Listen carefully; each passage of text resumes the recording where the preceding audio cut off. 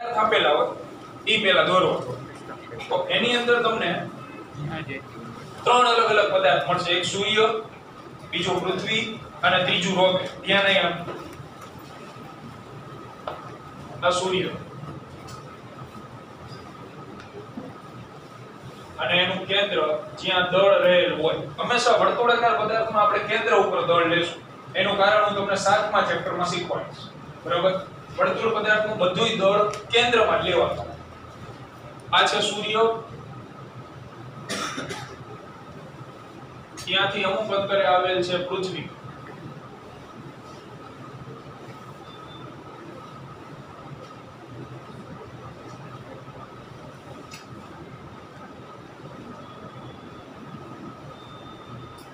અહીંયા હોય પૃથ્વીનું દળ,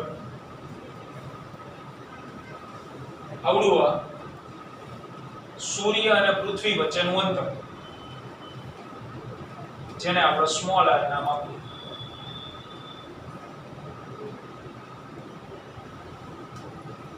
હવે એક રોકેટને પૃથ્વી ઉપરથી છોડવામાં આવે છે સૂર્ય તરફ. તો ગુરુત્વાકર્ષણનો જે સાર્વત્રિક નિયમ છે F = g(m1m2)r², એના મુજબ જો અંતર વધે તો એના ઉપર પદાર્થ ઉપર લાગતું બળ શું થાય? ઘટે. એટલે રોકેટ જેમ જેમ પૃથ્વીથી દૂર જતું જાય તેમ પૃથ્વી વડે રોકેટ ઉપર લાગતું બળ શું થાય? ઘટતું. અને સૂર્યની ક્યાં જાય પાછું? નજીક. તો સૂર્ય વડે ઈ જ રોકેટ ઉપર લાગતું બળ વધતું જાય. તો કન્ડિશન આવી જાય સાવા પૃથ્વી વડે લાગતું બળ મહત્તમ હતું, ધીમે ધીમે ઘટતું જશે. જ્યારે સૂર્ય વડે લાગતું બળ વધતું જાય. એક સમયે બે બળ સરખા થઈ જાય તો રોકેટ ઉપરનું પરિણામી બળ શું થઈ જાય? એ સ્થાન આપણે ગોતવાનું. એ નથી ખબર આપણને. એટલે એક સ્થાન આપણે લઈ લઈએ. ધારો કે રોકેટ અહીંયા પહોંચે ત્યારે એના ઉપરનું પરિણામી બળ જે છે એ 0 થઈ જાય. હવે ઈ અંતર આપણે લઈ લઈએ, ધારો કે x.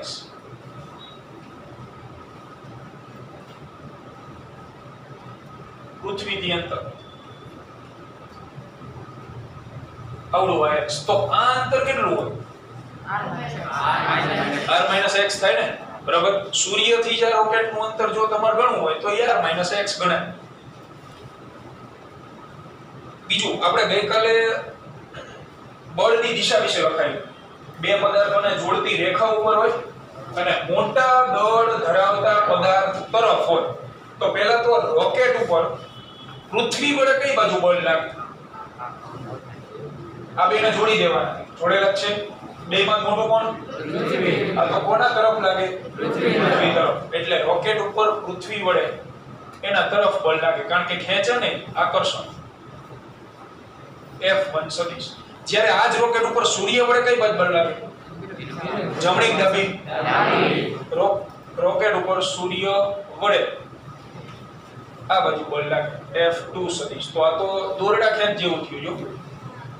જો બે બળ સરખા થઈ જાય તો આનું પરિણામી બળ 0. હવે આ આકૃતિ તમે દોરી નાખો તો અહીંયા 50% દાખલો સોલ્વ થઈ ગયો. હવે ખાલી ગણતરી કરવાની, આ બે બળ સરખાઈ દો અને કિંમત મૂકો એટલે જવાબ આવી. તો ડેટા જે આપેલો છે એ લખી આપણે પહેલા. ms એટલે સૂર્યનું દળ 2 × 10⁻30 કિલોગ્રામ. me એટલે કે પૃથ્વીનું દળ. તો પૃથ્વીનું દળ આપણે યાદ રાખશું. આપણો ગ્રહ છે 6 × 10⁻24. એવું નથી પણ આગળના દાખલામાં એ નહીં આપે. તો શરૂઆતના દાખલા હું ગણાવીશ ને એમાં રકમમાં આપશે. પછી આગળ જતા પૃથ્વી વિશેની કોઈ માહિતી રકમમાં નહીં આપે. એ આપણે યાદ જ રાખી લેવાની છે. એક પૃથ્વીનું દળ યાદ રાખી લેવાનું, પૃથ્વીની ત્રિજ્યા જે સમય જતા યાદ રહી જશે. 5-6 દાખલામાં આવશે. ત્યાર પછી સ્મોલ r. તો સૂર્ય અને પૃથ્વી વચ્ચે અંતર, જે એક એસ્ટ્રોનોમિકલ યુનિટ હોય. જો કે આમાં આપેલું જ છે, રકમમાં આપેલું છે 1.5 10⁻11 મીટર.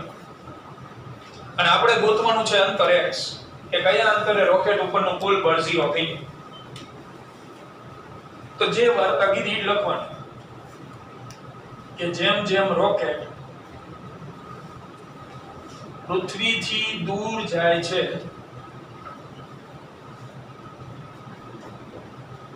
તેમ તેમ પૃથ્વી વડે રોકેટ પર લાગતું ગુરુત્વાકર્ષણ બળ શું થાય? ઘટતું જાય. અંતર વધે ને પૃથ્વી વડે લાગતું ગુરુત્વાકર્ષણ બળ ઘટે છે. શોર્ટ. અને સૂર્યની નજીક જાય છે. જેમ જેમ આ જ રોકેટ સૂર્યની નજીક જાય તેમ તેમ સૂર્ય વડે રોકેટ પર લાગતું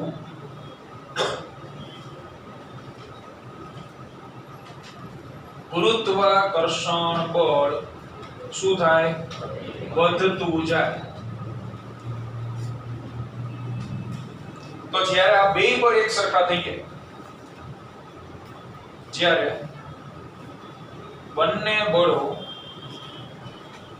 સમાન બને ત્યારે રોકેટ પર પરિણામી બળ શું થઈ જાય? શૂન્ય. અને હવે ગણતરી ચાલો. F1 બરાબર લખશું આપણે F2. તો ગુરુત્વાકર્ષણના સાર્વત્રિક નિયમ મુજબ F બરાબર g m/m2/r સ્ક્વેર. F1 કોના વચ્ચે લાગતું બળ છે? રોકેટ અને પૃથ્વી. એટલે g m1 તરીકે રોકેટનું દળ, m2 તરીકે પૃથ્વીનું દળ અને છેદમાં બે વચ્ચેનું અંતર એનો વર્ગ. જમણી બાજુ F2 કોના વચ્ચે લાગતું બળ? રોકેટ અને સૂર્ય. RUA. તો g m ms છેદમાં બે વચ્ચેનું અંતર જે આવશે r માઈનસ x અને એનો વર્ગ. બે બાજુથી g અને m ઉડી જાય. દળ એક બાજુ ભેગા કરો અને અંતર બીજી બાજુ ભેગા કરો. તો આને અહીંયા લઈ જઈએ એટલે r માઈનસ x નો વર્ગ છેદમાં x વર્ગ. જ્યારે ms અહીંયા છે, આ m e રહ્યું એ આ છેદમાં લઈએ. મૂકો કિંમત. r ની કિંમત છેલ્લે મૂકવાની, મોટી છે ને. છેદમાં x પર સૂર્યનું દળ 2 × 10⁻30 અને પૃથ્વીનું 6 × 10⁻24. છેદ ઉડે 10⁶ અંશમાં વધે અને છેદમાં આવી જાય 3. હવે અહીંયાથી વિસ્તરણ ના કરાય, અઘરું પડે. વર્ગમૂળ લઈ લેવાય. તો બંને બાજુ વર્ગમૂળ લેતા તો વર્ગમૂળ લે એટલે r માઈનસ x છેદમાં x વર્ગનું વર્ગમૂળ x 10⁶ નું શું થઈ જાય? 10⁻3 અને 3 નું વર્ગમૂળ 1.7320 કરી નાખો ચોકડી ગુણાકાર. તો 1.7320 અહીંયા ગુણાય. કૌંસમાં r minus x equal to 1000x લખાય. અહીંયા જતું રહે 10⁻3 એટલે 1000 x. હવે r ની કિંમત મૂકો, કૌંસ ખોલો એટલે 1.7320 ગુણ્યા r ની જગ્યાએ 1.5 ગુણ્યા 10⁻11 માઈનસ 1.7320x થાય ને. એટલે 1.7320x ઇક્વલ ટુ 1000x. આ 1.7320 જમણી બાજુ આવતું રહે તો કેવું થઈ જાય? પ્લસ. આ બેન ગુણાકાર કેટલો આવે? કેટલો? 598. 10⁻11 આ જમણી બાજુ જતું રહે તો 1000x પ્લસ 1.7320x તો 2.598 10⁻11 ઇક્વલ ટુ 1000 1.7320 થઈ જાય. 1001.7320 20x અને છેદમાં લઈ આવો તો x બરાબર 2.598 10 ની 11 ભાગ્યા 1001.7320 કેટલું આવે 0.0025 3 10 ની 11 ઘાત મીટર આ જવાબ રકમ ઉપરથી આકૃતિ બનાવતા આવડવી જોઈએ કન્ડિશન વિચારતા આવડવી જોઈએ બાકી તો સાદી ગણતરી હોય બરાબર ઝડપથી પૂર્ણ કરો બાકી છે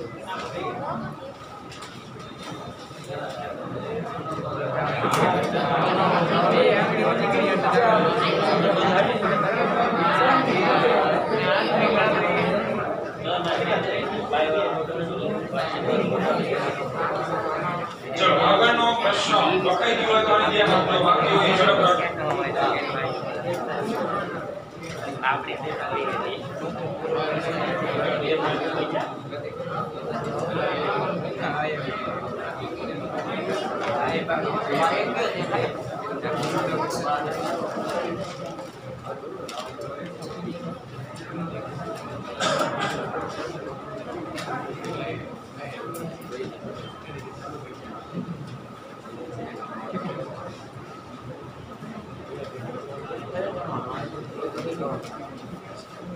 ત્રણ માર્ક મહત્વની તારવણી આપણે સતત ત્રણ તારવણી આમાં સાબિત કરશું તારવણીઓ આમાં સતત આવવાની છે જેટલા સૂત્ર આવશે બધા તારવણી આવશે તો ગુરુત્વ પ્રવેગ એના ત્રણ પ્રકારના સૂત્ર મેળવશું એક પૃથ્વીની સપાટી ઉપર બીજું પૃથ્વીની સપાટીથી h ઊંચાઈ અને ત્રીજું પૃથ્વીની સપાટીથી d ઊંડાઈ ત્રણે ત્રણ મહત્વના ત્રણ માર્ક તો સૌથી પહેલા આપણે લખીએ ગુરુત્વ પ્રવેગની વ્યાખ્યા તો પ્રવેગ ક્યારે ઉત્પન્ન થાય જ્યારે વેગમાં ફેરફાર થાય વેગમાં ફેરફાર થાય તો વેગમાં ફેરફાર ક્યારે થાય બાહ્ય બળ લાગે તો ગેલેલિયનો જડત્વનો નિયમ જ્યાં સુધી બાહ્ય બળ ન લાગે ત્યાં સુધી સ્થિર રહેલો પદાર્થ સ્થિર રહે અચળ વેગની ગતિ કરતો પદાર્થ અચળ વેગની ચાલુ રાખે એટલે કોઈ પદાર્થ ઉપર તમે બાહ્ય બળ લગાડો તો એનો વેગ બદલાય વધે ઘટે ની નિસ્બત નથી બદલાય વેગ બદલાય એટલે પ્રવેગ ઉત્પન્ન થાય તો પ્રવેગ ઉત્પન્ન થવા પાછળ મહત્વનું કારણ છે બળ સંધિ છૂટી કરો એટલે વ્યાખ્યા કમ્પ્લીટ યાદ રહી ગુરુત્વ વત્તા પ્રવેગ એટલે કે ગુરુત્વાકર્ષણ બળના લીધે જે પદાર્થમાં પ્રવેગ ઉત્પન્ન થાય ને એને કહેવાય ગુરુત્વ પ્રવેગ હવે ગુરુત્વાકર્ષણ બળ આપણે કોનું લેવાનું પૃથ્વી નથી બરાબર એટલે પૃથ્વી વડે લાગતા ગુરુત્વાકર્ષણ બળને લીધે પદાર્થમાં ઉદ્ભવતા પ્રવેગને ગુરુત્વ પ્રવેગ કહેવાય આ સિમ્પલ અને વ્યવસ્થિત વ્યાખ્યા ગુરુત્વાકર્ષણ બળના કારણે જે પણ પ્રવેગ ઉત્પન્ન થતો હોય પદાર્થમાં તે ગુરુત્વ પ્રવેગ હવે આવશે સૂત્ર તારણ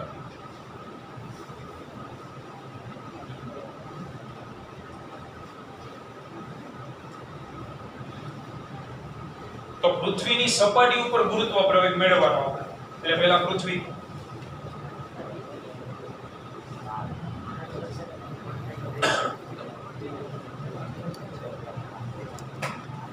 એનું કેન્દ્ર ક્યાં હોય પૃથ્વીનું દળ હવે જ્યાં ગુરુત્વ પ્રવેગ તમારે મેળવવાનો હોય ત્યાં પદાર્થ મૂકી દેવાનો મારે સપાટી ઉપર મેળવવાનો એટલે પૃથ્વીની સપાટી ઉપર હું એક નાનકડો એવો પદાર્થ મૂકું ગમે ત્યાં મૂકી શકો આ એક પદાર્થ છે જેનું દળ સ્મોલ m છે કેટલા અંતરે ગણાય કેન્દ્રથી તો પૃથ્વીની ત્રિજ્યા જેટલા અંતરે એને કહી દઈએ આપણે r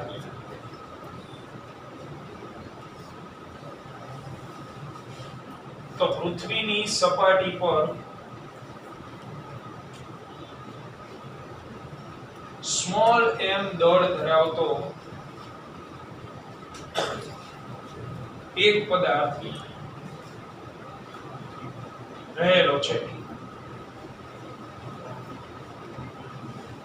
આના વિશે આપણે લખીએ હવે ME અને RE વિશે લખી નાખો. ME એટલે પૃથ્વીનું દળ, RE એટલે પૃથ્વીની ત્રિજ્યા. હવે પૃથ્વી પદાર્થ ઉપર ગુરુત્વાકર્ષણ બળ લગાડશે. વ્યાખ્યામાં જ લખેલો જો આપણે ગુરુત્વાકર્ષણ બળ કોના વડે લાગે? પૃથ્વી વડે.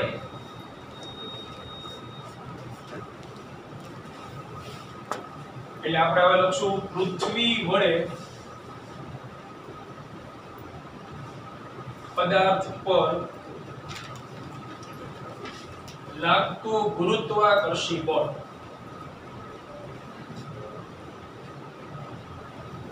તો ગુરુત્વાકર્ષણના સાર્વત્રિક નિયમ મુજબ F બરાબર g m1 m2 upon બે વચ્ચેના અંતરનો વર્ગ. m1 તરીકે પદાર્થનું દળ અને m2 તરીકે પૃથ્વીનું દળ છેદમાં બે વચ્ચેનું અંતર RE અને એનો વર્ગ. સમીકરણ નંબર 1.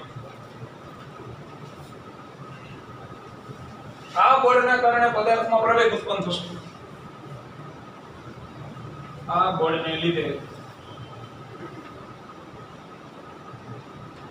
પદાર્થમાં પ્રવેગ ઉદ્ભવે. તો પ્રવેગ ઉદ્ભવતો હોય એટલે ન્યૂટનનો બીજો નિયમ આવે. તો ન્યૂટનના બીજા નિયમ મુજબ F બરાબર શું હોય? ma. તો F બરાબર જેમાં પ્રવેગ ઉત્પન્ન થાય એનું દળ અને એ નહીં લેવા. કયો પ્રવેગ છે? ગુરુત્વ પ્રવેગ. તો ગુરુત્વ પ્રવેગ આવે g.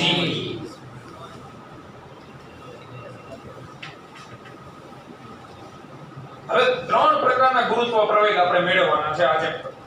એક કાલે મેળવશું, એક પરમ દિવસે. તો બધે ગુરુત્વ પ્રવેગ ભેગા થઈ ગયા હરકી સંજ્ઞા રાખી. એટલે સપાટી ઉપરનો ગુરુત્વ પ્રવેગ છે ને એના સફિક્સમાં આપણે e લખશું. એટલે ગ્રેવિટેશનલ એક્સેલરેશન ઓન અર્થ. પછી આવતીકાલે આપણે મેળવશું h ઊંચાઈ ગુરુત્વ પ્રવેગ. તો આ પદાર્થ થયો ને એ અહીંયા રાખવા h ઊંચાઈ. તો એના ગુરુત્વ પ્રવેગને આપણે નામ આપશું g સફિક્સમાં h, gh. અને ત્રીજો તો d ઊંડાઈ મેળવશું. એટલે પદાર્થને ખાડો ખોદી અહીંયા અંદર. એટલે એના ગુરુત્વ પ્રવેગને સંજ્ઞા આપશું gd, જેથી ત્રણેય ભેગા ન થાય. એટલે આપણે અહીંયા g ની જગ્યાએ સંજ્ઞા લખી દઈએ ge, જે સપાટી ઉપરનો ગુરુત્વ પ્રવેગ છે. સમીકરણ નંબર 2. 1 અને 2 માં ડાબી બાજુ સમાન, તો જમણી બાજુ સરખાવો. તો સમીકરણ નંબર 1 અને 2 સરખાવતા તેથી m * ge = gmem upon re નો વર્ગ. બે બાજુથી સ્મોલ m પદાર્થનું દળ ઉડી જાય. આવી ગયું ગુરુત્વ પ્રવેગનું સૂત્ર સપાટી ઉપર. તો ge બરાબર gme upon re એનો વર્ગ. સપાટી ઉપર ગુરુત્વ પ્રવેગનું સૂત્ર એકદમ સહેલું. જો તમે તારા પદાર્થને મૂકી દીધો. ગુરુત્વાકર્ષણ બળનું સૂત્ર બધાને આવડે. ન્યૂટનનો બીજો નિયમ યાદ રહે. બેયને હરખાવી દો એટલે સૂત્ર આવે. આમાં ક્યાં સ્મોલ m આવ્યો નથી. એટલે આ ગુરુત્વ પ્રવેગ રહ્યો ને એ પદાર્થના દળથી સ્વતંત્ર હોય. સ્મોલ m થી.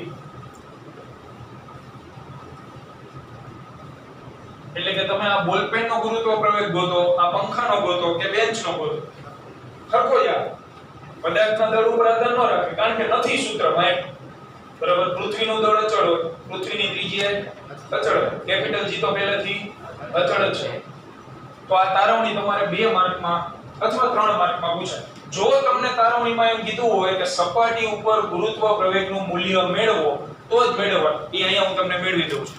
જો પ્રશ્નમાં કે તો હવે આપણે ge નું મૂલ્ય મેળવીએ. જો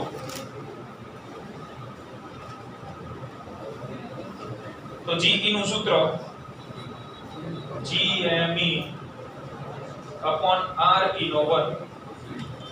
કિંમતો લખીએ. કેપિટલ G ની કિંમત હતી 6.67 10 ની -11 ન્યૂટન મીટર સ્ક્વેર પ્રતિ કિલોગ્રામ સ્ક્વેર. me તો પૃથ્વીનું દળ યાદ રાખવાનું છે 6 ગુણ્યા 10⁻²4 ઘાત કિલોગ્રામ અને re પૃથ્વીની ત્રિજ્યા યાદ રાખી લો 6400 કિલોમીટર હોય કેટલી 6400 આ યાદ રાખવાનું આગળના દાખલાઓમાં નહીં આવે કિલોમીટર ને મીટરમાં ફેરવીએ તો 6400 ગુણ્યા 10⁻³ મીટર હજી આ બે 0 રહ્યા ઘાતાંકમાં ચડાય એટલે 64 ગુણ્યા 10⁵ મીટર થઈ ગયું 64 ગુણ્યા 10⁵ આ બધી કિંમત મૂક દો સૂત્ર તો GE બરાબર 6.67 10⁻11 ગુણ્યા 6 ગુણ્યા 10⁻24 ભાગ્યા 64 ગુણ્યા 10⁵ ઘાતનો વર્ગ કરો હિસાબ 0.00 સિંગલ 0 ભાગ્યા 2 વાર 64 કરવાનો 0.0097 70 10 ની ઘાત કેટલી વધે 5 દુ 10 ઉપર જાય એટલે માઈનસ થઈ જાય -10 ને -11 -21 +24 +3 વધે ગુણ્યા 1000 કરો એટલે 9.770 which is nearly equal to 9.8 metre પ્રતિ સેકન્ડ સ્ક્વેર જે આપણે અગાઉના ચેપ્ટરમાં લેતા હતા ગુરુત્વ પ્રવેગ g ની કિંમત ત્રીજા ચેપ્ટરમાં શું લેતા હતા 9.8 ચોથા ચેપ્ટરમાં 9.8 આ એની તારવણી ge આના લીધે આવે હવે ત્યાં તમે કોઈ દિવસ એવું જોયું તો કાર આપેલી હોય 9.8 લેવાનો અને બસ આપેલી હોય તો 50 લેવાનો હરકુલ લેતા હતા ને આપણે એટલે ઈ પદાર્થના દળ ઉપર આધાર ન રાખે બરાબર અત્યારે હવે આગળ નથી ભણાવો થઈ જાય બીજી તારવણી પૂરી કરવી હોય તો પણ આપણે એક નિયમ કરેલો એક લેક્ચરમાં એક તારવણી ભણાવશું અને એ તમારે અહીંયા બાકી કરી નાખો જેવી થાય એટલે આને પહેલા થોડોક સ્પીડથી લખી નાખો અને પછી 15 મિનિટનો સમય રહેશે એમાં તમારે શાંતિથી અને તૈયાર કરીને અત્યારે જ લખી નાખવાની રફ નોટમાં બરાબર તો જ તારવણીઓ બધી ભેગી થશે 15 તારવણી તૈયાર કરવાની છે ચેપ્ટરની અંદર દાખલા અલગ તો એ પછી પ્રિલિમની પરીક્ષામાં આ ચેપ્ટર આખું ભેગું કર્યું હશે ને જેને એને તો તોતા ઉડી જવાના જીવનમાં પહેલા હર કોમર્સ લઈ લેશે બરાબર એટલે એવું ન બને એના માટે રોજ એક તારવણી આની તારવણી ચોપડીમાં જો આપી 95 નંબરનું પેજ કાઢો 95 195